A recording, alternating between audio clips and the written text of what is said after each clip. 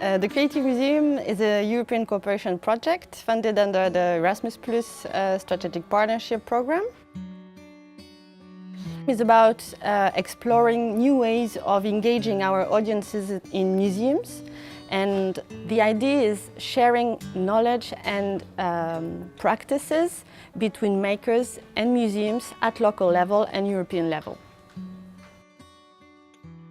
We chose Kate and Siobhan's project because of their skills in electronics.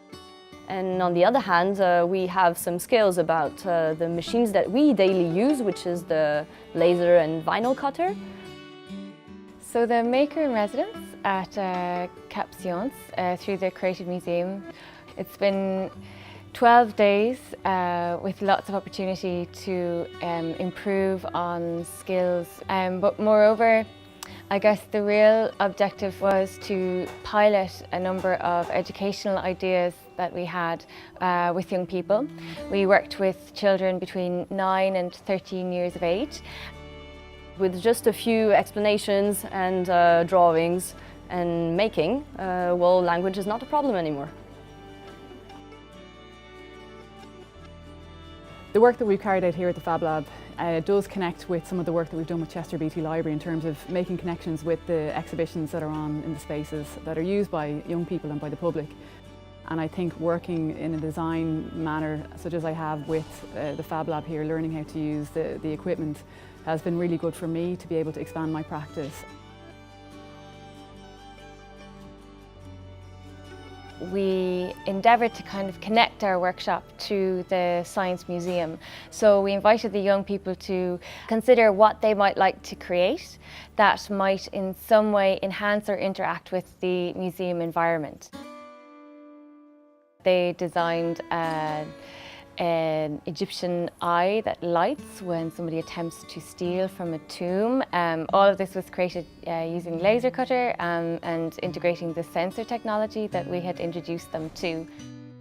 We found the opportunity to use that kind of design technique with the technology that we've used before, with the sensor technology, was a really good way to connect the two mediums. So the mummies coming to life was something that we felt would be a really good experience for the group that we were working with. Something that we always see again and again is the resilience and the ability to continue even when the task is challenging. For us, it's really important. I've been working in creative digital media for many, many years, and it's very screen-based. So for us to be able to get rid of the screen and actually work hands-on with the technology behind the screen has been really important. That whole experience of planning a workshop, designing it with attention to the museum experience, considering the interests and the needs of the young people involved, discussing with the 127 Degrees team about what would be feasible within the workspace, and then delivering it within the time period that we had and the materials that we had.